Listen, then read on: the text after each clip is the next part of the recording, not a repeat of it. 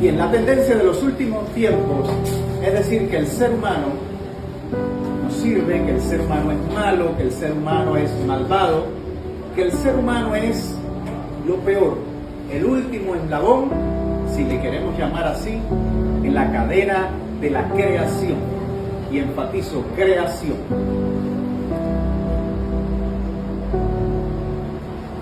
Es una condición viciada, es una condición enfermiza, semejante opinión del ser humano, partiendo de la idea de que parte de seres humanos. Y el hecho de que alguien o algunos estén enfermos en su moral, en su espiritualidad, en sus relaciones sociales, no quiere decir que la sociedad y el ser humano en sí mismo sea alguien para execrar, si cabe la expresión. La Biblia nos dice que el sello, lo más hermoso que Dios creó fue el ser humano. La Biblia nos dice que el ser humano fue el clímax del proceso creativo de Dios, según nos dice Génesis capítulo 1. Y esto está dado, esto está justificado, porque como dice el capítulo 1 de Génesis, versos 26 y 27, y dijo Dios, hagamos al hombre a nuestra imagen, conforme a nuestra semejanza, y que reine y que gobierne. Y el verso 27 dice, y creó Dios a imagen al hombre, a imagen de Dios lo creó. De modo que el ser humano tiene implícitamente la imagen del Creador plasmada en su naturaleza. Y nosotros somos una expresión finita, no delgada, finita, de ese ser maravilloso, supremo y creador y sustentador de todas las cosas, Dios. Dios lo creó todo en el universo. El ser humano, como Dios, ha recibido la capacidad de crear también. Este dispositivo con el que estoy hablando y amplificando mi voz es el resultado de la creación del ser humano. Pero no solamente esto que pertenece al orden de lo menos importante. Las medicinas que resuelven, alivian y curan muchas enfermedades son el resultado de la acción directa y creativa del ser humano según la gracia y sabiduría que Dios le ha dado. Los libros de texto y los métodos de alfabetización y de enseñanza en los distintos niveles, dando como resultado los médicos, los maestros y todas esas personas que hoy son de bien para la sociedad, son el resultado de una mente humana creativa, genial, que creó todos esos métodos para el desarrollo personal y social. Pero que hayan personas que individualmente, hayan algunos grupos de personas que ellos también individualmente carezcan de valores y de principios éticos y morales en materia social e individual, no quiere decir que toda la humanidad sea perversa y sea mala. Nunca se debe descuidar a un ser humano por ningún otro ser creado en la rueda de la creación, porque solamente el ser humano tiene la imagen de Dios implícitamente plasmada en su propia naturaleza. Esa es la razón por la cual precisamente vino el tentador allí en el jardín del Edén y les tentó para distorsionar, para dañar, para afear la imagen excelsa que el ser humano llevaba plasmada del Creador. Por eso trató de arrastrarlos tras de sí, como arrastró a la tercera parte de los ángeles de Dios en su rebelión celestial en algún momento de la historia. Pero el hecho es que Dios ama tanto al ser humano, Dios valora tanto al ser humano que lo creó a su imagen y a su semejanza. En el antiguo mundo del Mediterráneo existía un pueblo que se conoce en la Biblia como los filisteos. Y este pueblo adoraba a su Dios supremo en forma de pez. Los egipcios tenían un dios que era en forma de perro, tenían otro en forma de buey, y así sucesivamente. Todos los pueblos paganos que no han adorado al único y Dios verdadero, han adorado a las criaturas en lugar del Creador. Pero entiéndase una cosa: la única criatura que lleva la imagen de Dios implícitamente en su naturaleza es el ser humano. Y digo esto no para que sea objeto de adoración, sino para que honremos más, aún más al Creador, por el privilegio que nos ha dado de que en la rueda de la creación universal, porque el universo mismo es creación de Dios, Dios no existe en el universo existe en Dios. Y en toda la rueda de la creación universal, el único ser que honra al Creador, o el Creador quiso manifestarse y honrarse, plasmándole finitamente su imagen y semejanza, es el ser humano. Por lo tanto, el ser humano debe valorarse.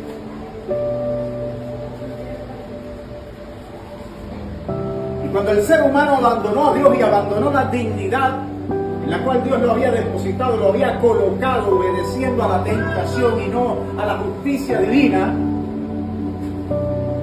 vemos que el Creador allí está dándole una promesa de redención. Génesis 3:15.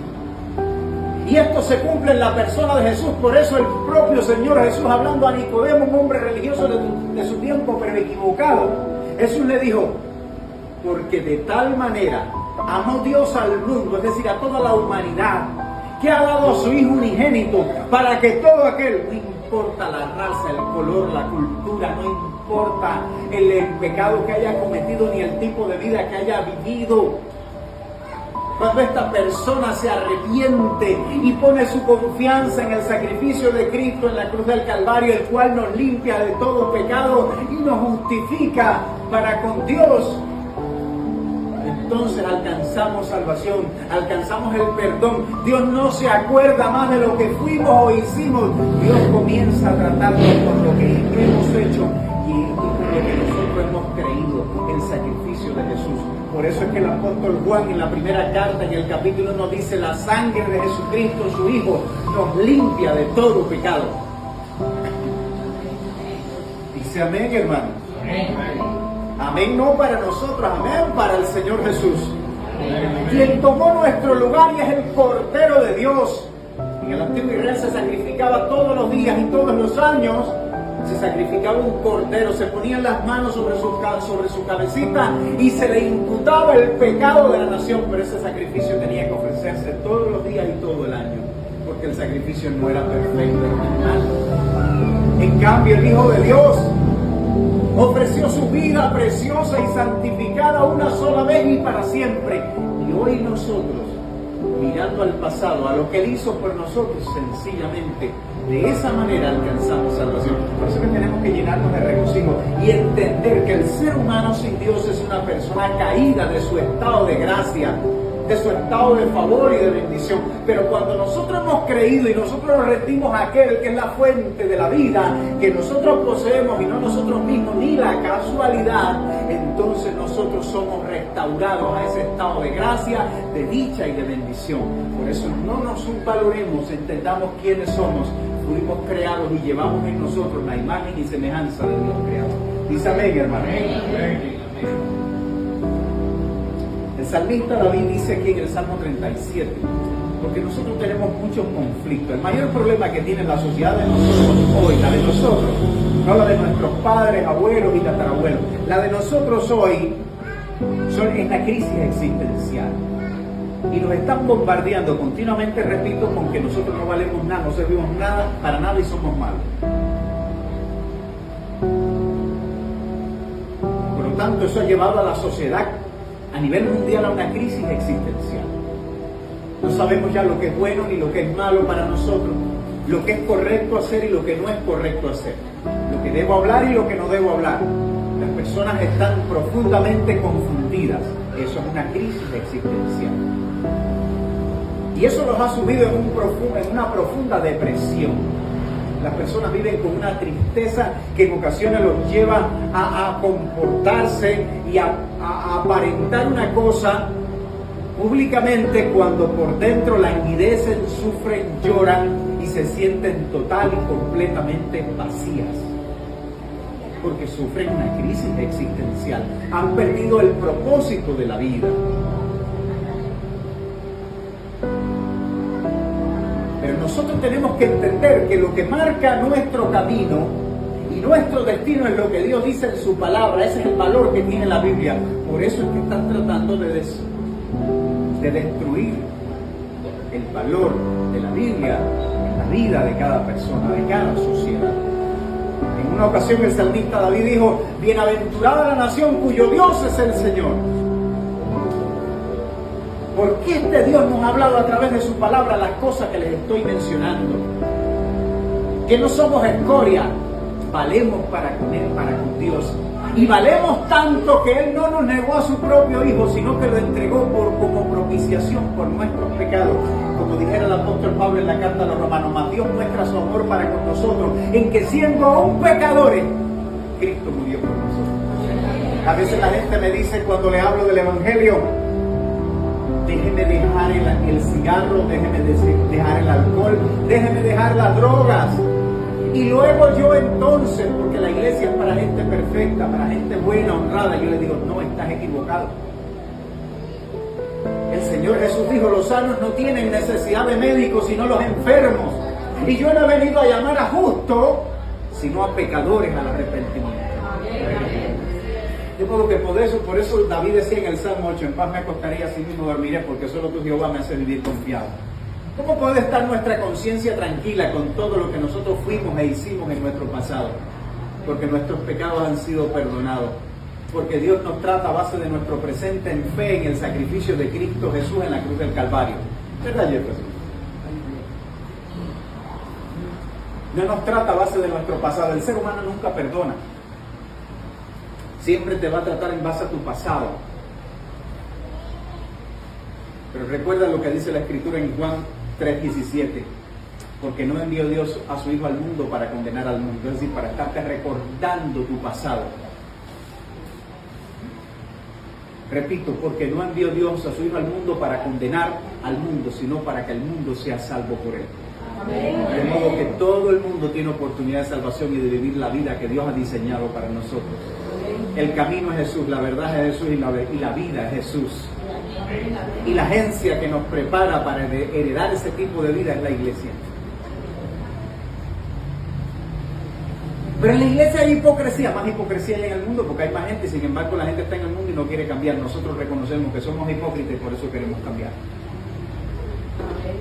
Pero en la iglesia vive la experiencia. Nadie puede hablar de una experiencia que no haya vivido. Por eso tenemos que vivir la experiencia de ser cristianos, convivir con una congregación para luego decir vale la pena o no vale la pena. Pero lo triste del caso es que muchos le hacen caso a la gente que nunca ha ido a la iglesia y que dicen la iglesia es mala, es esto, es aquello, es lo otro. Cayendo en lo ridículo porque nadie puede hablar de una experiencia que yo no he vivido. Yo no puedo meterme en los zapatos de nadie y decir los zapatos son grandes o los zapatos son chicos. Hasta que yo no me los calce, yo no puedo decir los zapatos son grandes o son chicos. Yo tengo que calzarlo, vivir la experiencia de tener en mis pies ese par de zapatos. Por lo tanto, hasta que yo no me congregue, yo no conozca a mis hermanos en Cristo, yo no conozca a la familia de Dios en Cristo Jesús, que es la iglesia, yo no puedo estar diciendo la iglesia es mala, es corrupta y es pervertida. Generalmente obedece al prejuicio de las personas malsanas, obedece al resentimiento social de muchos que desean tener lo que nosotros tenemos, pero no tienen la fuerza, el carácter, la sinceridad, la humildad y el valor de reconocer que son pecadores. Gloria a Dios. Eso es lo que las virtudes que nos acompañan a nosotros. Reconocemos que somos pecadores y que necesitamos desesperadamente del perdón de Dios en Cristo Jesús para con nosotros. Por eso le creemos. Amén. Dice amén, hermano. Amén. Y el salmista había un hombre que cometió adulterio. No se escandalice. Ahora está en las redes sociales con un pastor norteamericano bautista que cometió adulterio. Hermano, los pastores no son dioses, no somos ángeles, no somos querubines, somos seres humanos sujetos a debilidades. nos descuidamos y cometemos pecados como cualquier ser humano. Que el pastor que cometió adulterio, que los pastores todos son falsos, por un pastor que cometió adulterio. Y el hombre, esa persona que yo ni conozco personalmente, pero me atrevo a decir, fue un momento de debilidad, no está justificado, debió haber hecho provisión para ello, debió haberse cuidado, debió haberse fortalecido espiritualmente para no incurrir en esa tentación, pero cayó como ser humano. Hay que orar por él y perdonarle si es que se arrepiente. La gente espera que los cristianos sean como querubines y ángeles que anden sin alas, pero que anden por aquí rodeados de una iluminación. Sería lo ideal, pero no es así. No es así. Y es por eso que Cristo vino a tomar nuestro lugar y murió en la cruz allí, en Jerusalén, en un lugar que le llamaban el Gólgota hace más de 2000 años atrás, porque nosotros necesitamos algo que nosotros no podemos proveernos para nosotros mismos, y es perdón, justificación y redención. Por eso que nosotros tenemos que aprender como iglesia a tratarnos como Dios nos trata y vernos como Dios nos ve. Entender que todos estamos sujetos a imperfecciones y debilidades. Así todo, Dios nos ama y nos ha honrado con su imagen y semejanza en nuestra naturaleza. Cuando la persona es arrogante, no. Le voy a mostrar mi secreto para escalar dentro de los trabajos. Enseguida entro y escalo. ¿Sabe cuál es? Procuro, porque no soy humilde, soy pecador, pero procuro mostrarme humilde. Y cuando las personas me señalan mis errores en mi desenvolvimiento laboral, yo les agradezco. Por supuesto, no represento una amenaza ni competencia para nadie, y se sienten confiados entonces en promoverme a un estatus mejor. Ahora, la arrogancia, la soberbia, no, ese fue el pecado precisamente del diablo y de los demonios. La arrogancia, querer presumir y querer pretender ser lo que no eran. Por eso nosotros tenemos que entender y reconocer con humildad que somos pecadores y que necesitamos de Cristo desesperadamente para que Él sea nuestra justificación y nuestra redención. Cuando esto hacemos, entonces Dios se agrada de nosotros, se complace en nosotros, nos ama, nos bendice, nos perdona, y como le gusta a la gente hoy, y nos prospera también. Y aclaro, no solamente en el orden material, mucho mejor en el orden emocional y espiritual. Y David, que era un hombre pecador, que cometió adulterio, que mandó a asesinar a uno de sus mejores amigos y hombres más fieles, que embarazó a una mujer que no era su esposa, y que en algún momento se llenó de arrogancia y soberbia, dijo: no te impacientes a causa de los malignos.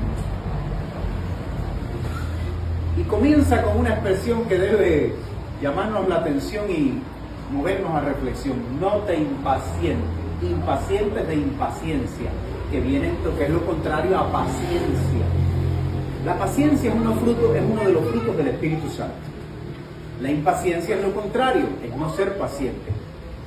Y lo primero que dice David, un hombre que aprendió a vivir bajo la misericordia de Dios a pesar de sus defectos, fue: no te impacientes a causa de los malignos.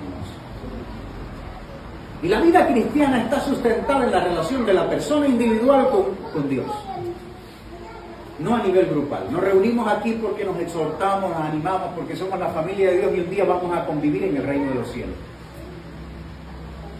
Pero la relación en cuanto a sustento espiritual y conexión espiritual con Dios Creador es individual. De la persona individual, una conexión de la persona individual con ese Dios. Y David decía: no te impacientes a causa de los malignos. En la vida es cierto, te vas a encontrar personas buenas, malas y regulares, pero ellas no deben marcar ni dañar tu autoestima. No debes sobreenfatizar ni sobreestimar aquellas cuestiones que están en nosotros y que compartimos todos. Como tampoco debemos subestimar lo que tenemos, poseemos, lo que somos. Pastoreé una iglesia en el campo de gente muy humilde. Las personas del campo son muy sencillas. En ese lugar todo el mundo cocinaba muy rico. Y como yo era soltero, y viajaba hasta ese lugar 120 kilómetros para ir a pastorearles diariamente, porque como era soltero no podía vivir en el lugar, no era prudente vivir en el lugar. ¿Y sabe cómo viajaba?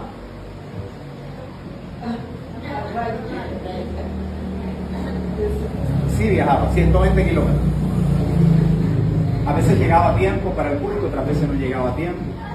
Pero lo bonito era que cuando llegaba a tiempo me daban comida. Y todo el mundo tenía un sazón criollo, sazón de campo, sazón natural. El sazón de mamá, el sazón de papá, el sazón de la abuelita, el sazón rico. Y había una hermana que Dios había rescatado del espiritismo. Y ella, por supuesto, era una persona que estaba en ese proceso de conversión, se sentía muy humilde, estaba muy apasionada por el Señor, pero tenía un problema, no cocinaba bien. Hacía unos caldos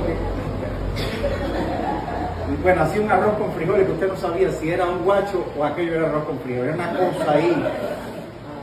Pero en ocasiones me tocaba almorzar en su casa, llegaba y el pastor vaya, venga para allá. Cuando yo llegaba allá yo me comía con mucho gusto su cosa, porque aquello no era ni comida. Y él decía, ay pastor, lo mío no es la cocina, me da vergüenza que usted se esté comiendo. Y yo decía, no hermana, cada cocinero tiene su toque, tiene su propio encanto, así que no se preocupe que usted tiene el suyo. Yo no estaba mintiendo, hasta ahí llegaba su virtud, hasta ahí llegaba su maestría en el arte culinario. Yo no tenía por qué decir, hermano, es verdad que usted lo que come, usted lo que cocina, no hay diablo que se lo coma. No tenía por qué decirle eso, porque le estaría dañando su autoestima, algo que ya ella tenía dañado porque sabía que en efecto era su hija quien mejor cocinaba y no ella. Pero lo hacía con tanto amor que hubiese sido un delito en mi persona decirle, hermana, es verdad que mal te cocina. Es mejor que encargue una comidita por ahí en algún lugar y que no me ofrezca eso. Sería soberbia, arrogancia, desprecio, sería despotismo de mi persona, crueldad de mi persona, vileza de mi persona, dañar a esa hermana. Por lo tanto, nosotros tenemos que atender siempre a nuestras palabras y a nuestras acciones. Hay gente que cocina muy bueno. Doña Ana hace las mejores tortillas palmeadas que se comen en Costa Rica, pero nunca me invita.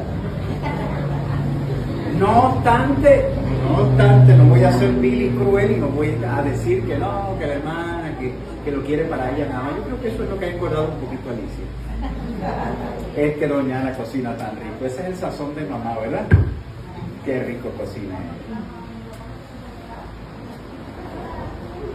Pero no te impacientes de aquellas personas que sean crueles contigo.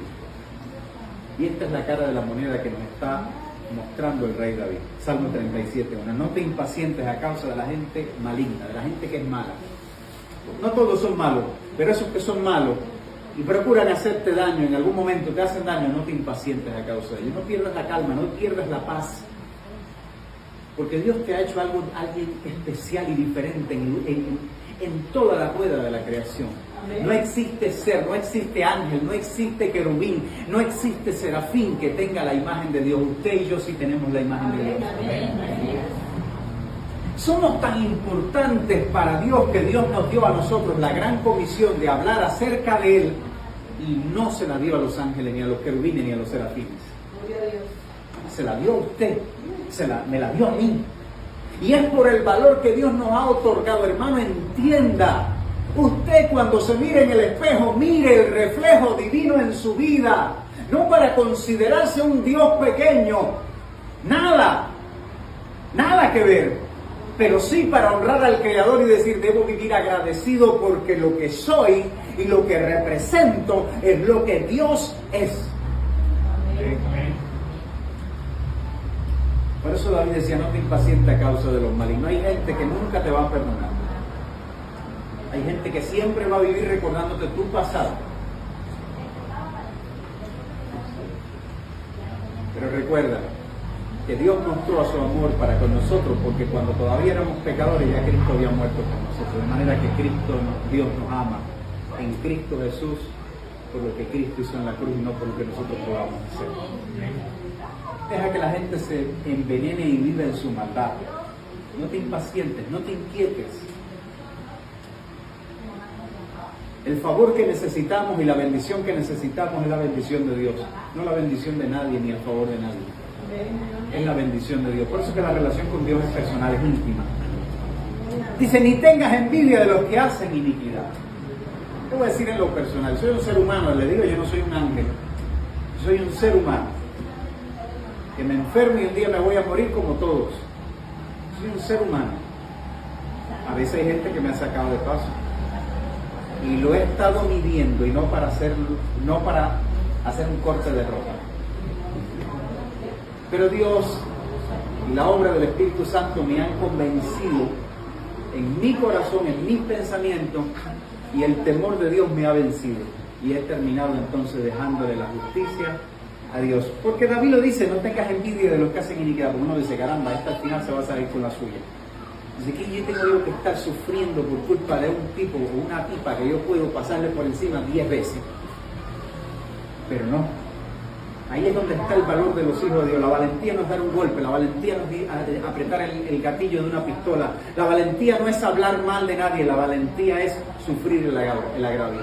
Porque lo otro lo hace cualquiera, el cobarde y el valiente. Pero solamente los hijos de Dios tienen la capacidad de sufrir el agravio. No dejarse mover, no dejarse inquietar por los malvados y los envidiosos.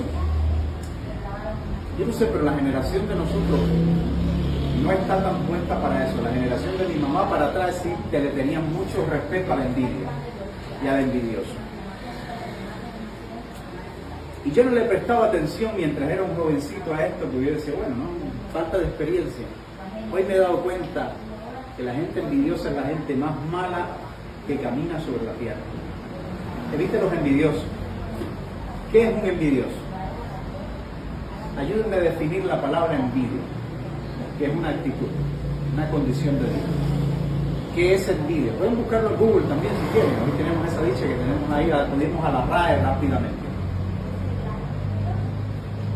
¿Me van a ayudar?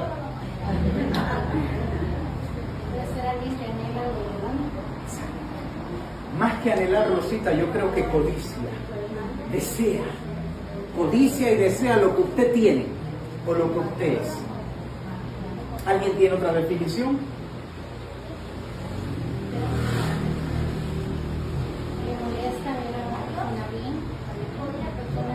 Se incomoda, se resiente, siente odio y amargura porque alguien o porque usted está bien. Ese es el envidioso. Son personas muy dañinas. Y la envidia tiene una característica, es un sentimiento, no se ve. Por lo tanto, uno puede a veces estar rodeado de envidiosos y no darse cuenta, excepto si uno le pone atención a las cosas. Hermano, con los malvados y envidiosos hay que tenerlos bien lejos. Y Dios nos ha dado sabiduría y audacia para nosotros mantenernos en un nicho de salud, en un nicho saludable, de confort espiritual. Nos ha dado su gracia y sabiduría, y nos ha dado sus consejos y sus principios aquí en la palabra. Cuando los conocemos, a nosotros nos resulta muy fácil detectar al envidioso y al malvado. Hay personas que dan un ojo de la cara, están dispuestos a dar un ojo de la cara por verlo a usted destruido, sufriendo. Porque hay seres humanos que se conforman que usted esté igual que ellos o peor que ellos. Pero si usted lo supera en algo bueno, ya entonces surgen en ellos los pensamientos y los sentimientos viles a los cuales nos estamos refiriendo en esta hora. Pero para ti, que no eres ni envidioso, ni eres vil, ni eres malvado, el salmista David te está diciendo, Dios en su palabra te está diciendo, no te impacientes a causa de los malignos, ni tengas envidia de los que hacen iniquidad. Porque como hierba serán pronto cortados y como la hierba verde se secarán. Hermano, la gente no puede pensar que va a pecar y se va a salir con la suya. El pecado tiene consecuencias. La envidia, la maldad, esa actitud malvada tiene consecuencias y va a destruir a la persona. La persona se va a autodestruir, va a implosionar. Porque no hay corazón que aguante demasiado tiempo amargura y resentimiento. Usted sabe que el cáncer está dado por las defensas bajas. La genética es solamente, clínicamente, la genética solamente influye en un 10% en las cuestiones del cáncer, que sigue siendo la enfermedad más mortal de nuestro tiempo. Y sabe que el problema está dado en defensas bajas, sistema inmunológico deficiente. Pero usted sabe que la tristeza y la amargura pueden dañar tu sistema inmunológico, bajar tus defensas, la amargura, el resentimiento, la depresión, y te hacen vulnerable a largo plazo para que pueda la persona padecer cáncer. Analiza el perfil de las personas que lamentable y tristemente han padecido de cáncer y han muerto, para que usted vea que no son personas felices, alegres y contentas. Siempre han sido personas sufridas, que han experimentado mucho la sensación de soledad y abandono. Por eso es que a los niños hay que cuidarlos tanto. Por eso es que a los niños hay que protegerlos tanto. De ellos mismos, de otros niños y sobre todo de los adultos. Porque la niñez de un niño, de un ser humano, su alegría o su infelicidad puede definirse en su niñez. No sea ingenuo y no se confíe en nadie. Nosotros nunca nos confiamos en nuestros hijos de nadie, porque la mayoría de los abusos ocurren en personas cercanas, ya sean físicos, psicológicos, emocionales, o ya sean del otro tipo que usted conoce. Y muchas veces dentro de la familia, primitos, tíitos, incluso hasta abuelitos, y nosotros quizás nos tildaran de ser personas muy prejuiciadas, pero le damos gracias a Dios que nuestros hijos no tuvieron que pasar por una experiencia. Nosotros siempre los cuidábamos y los protegíamos.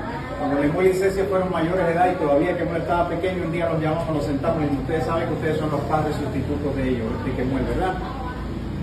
No piensen que nosotros se lo vamos a dejar a sus abuelas ni se los vamos a dejar a sus tías. No, ustedes están encargados, si nosotros fallecemos o nos sucede algo, de terminar de criar a Kemuel. ¿Por qué? Porque ellos habían crecido bajo el régimen, el mejor sentido de la expresión nuestro, un régimen cristiano de valores, de principios, de santidad, de pureza. Y así queríamos que él continuara su formación. Ya Kemuel está viejo ya. Está pasado de corte ya. Pero cuando niño aprendimos que había que protegerlo celosamente para que luego no fuesen personas con crisis existenciales, con vacíos existenciales, con traumas que les llevaran a la depresión, es decir, la depresión postraumática que acompaña a las personas que han sufrido algún tipo de abuso, y luego son personas que se exponen a un sistema inmunológico deficiente y a enfermedades oportunistas, entre ellas, y la peor de todas, el cáncer.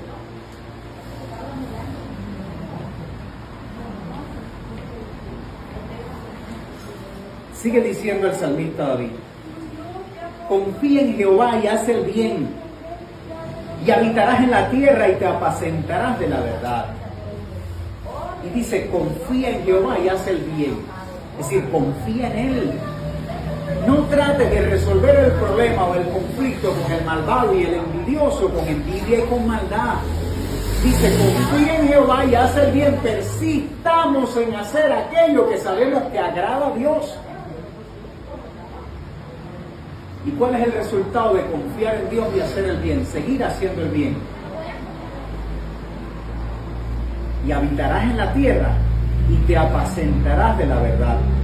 Deleítate a sí mismo en Jehová y Él te concederá las peticiones de tu corazón. Hermano, hay gente que le gusta la polémica. Yo no sé si usted lo ha vivido, hay gente que le gusta la polémica, el problema. Ellos viven del problema. Vamos a decirlo de manera vernácula. Le encanta el chiqui chiqui. que si fulano, que si mengano, que si Rosita se pintó el pelo de negro, que mejor se lo pintaba de rubio, porque le queda más negro que mejor de rubio, pero entonces Rosita, por complacerlo, se pinta de rubio, entonces le dicen, mejor le quedaba de negro. ¡Qué ridícula se ve con ese pelo amarillo! Tan esto y tan aquello. La gente es así. Hay gente que es así.